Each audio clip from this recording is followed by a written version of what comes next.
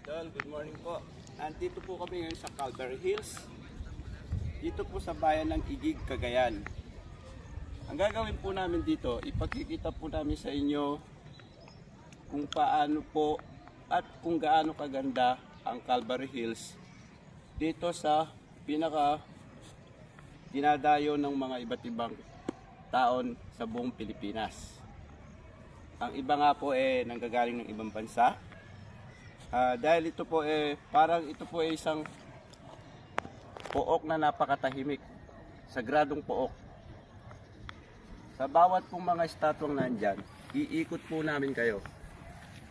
Pagkikita po namin sa inyo kung gaano kaganda at kung gaano sobrang katahimik. Dito po sa parting ito,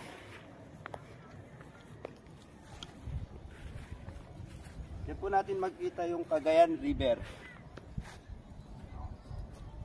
Ang po Cagayan River na yan, nanggaling po dun sa itaas, tatakbo po yan papunta ng dagat.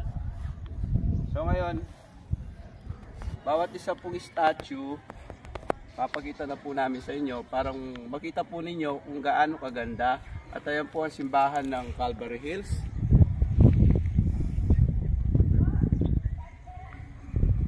Ngayon, ito po, dito po tayo magsisimula.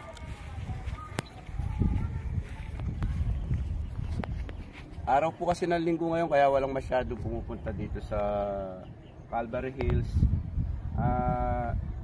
Sa totoo lang, napakagandang lugar na to. Kapag may mga problema po tayo, meron tayong mga gustong sabihin o iparinig sa itaas sa ating Panginoon, dito po tayo pwedeng magnilay-nilay.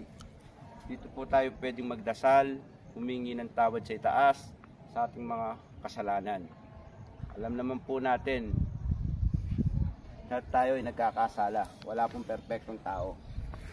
Kaya po kayo dinala rito upang makita po ninyo ang kagandahan, ang pinupuntahan ng mga iba't ibang taong galing sa Pilipinas o galing man sa abroad. Kaya please po, samahan niyo po kami upang ipakita po namin sa inyo kung gaano kaganda ang Calvary Hills.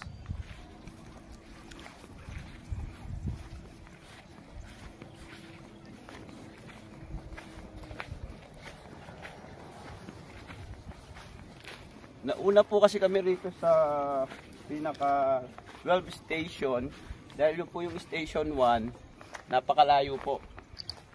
So ang gagawin po namin, i-start po namin dito sa 12 station.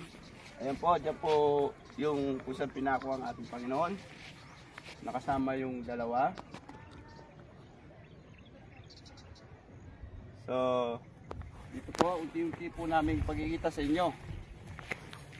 Tingnan nyo po yung kalawak ng lugar.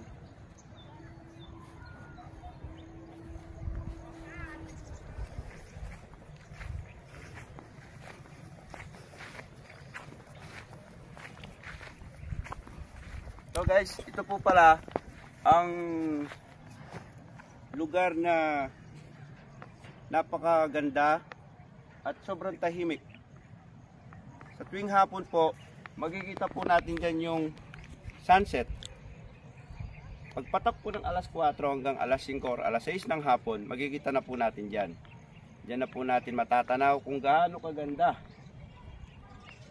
ang lugar ng Cagayan.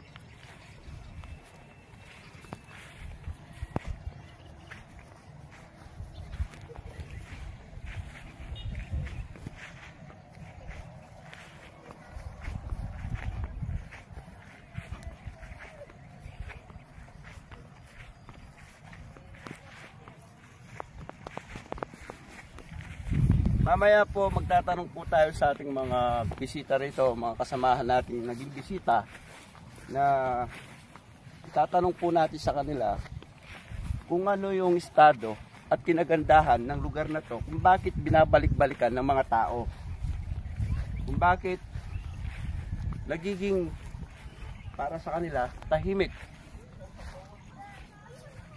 Ito na po yung mga statue natin, andyan na po sila. Actually medyo malalayo po yung yung mga space nila, malalayo mga daan. Kaya po unti-unti po namin pagkikita sa inyo at maya-maya rin po meron po tayong i-interviewin na tao kung kailan nagsimula ang Calvary, kung kailan nila itinayo ang mga statue, dahil ilang buwan na lang po malapit na naman ang Semana Santa. Kaya inaanyayahan po namin kayo, saan man sulok ng Pilipinas, saan man sulok ng mundo, maaari po kayo pumunta rito sa Calvary Hills, Igig, Cagayan. Ito po yung pinaka magandang lugar, tahimik. Pwede po tayong magnilay-nilay dito. Sa totoo lang, marami pong kagandahan ng Pilipinas. Maraming kagandahan. Kung tutuklasin po natin ito, ang sabi nga po natin, tangkilikin natin ang sariling atin. Kaya, let's go po.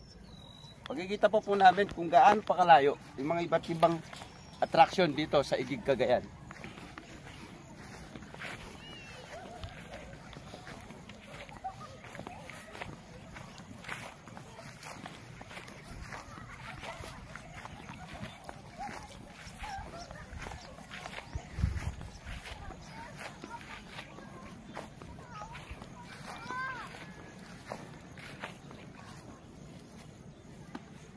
Okay po, nakikita po ninyo. Ayan po yung medyo may mga bahay-bahay din po dyan. Sa pag ganitong panahon po, ito pong panahon na to, Christmas season na po tayo eh. October na po ngayon, ilan days na lang Christmas na. So, pag pumasok na po ang susunod na taon, doon na po na natin makikita kung gaano karami at kung gaano ano yung mga Katoliko sa pananampalataya. Kaya ito po, ipakikita po namin uli sa inyo. Maya-maya lang po meron tayong kakausapin na tao. Aalamin po natin sa kanila kung bakit nila ginawang tourist spot ito. Napakaganda po kasi may mga bulubulong bundukin. Makikita po natin dyan yung magagandang bundok, mga tanawin na nakapaligid.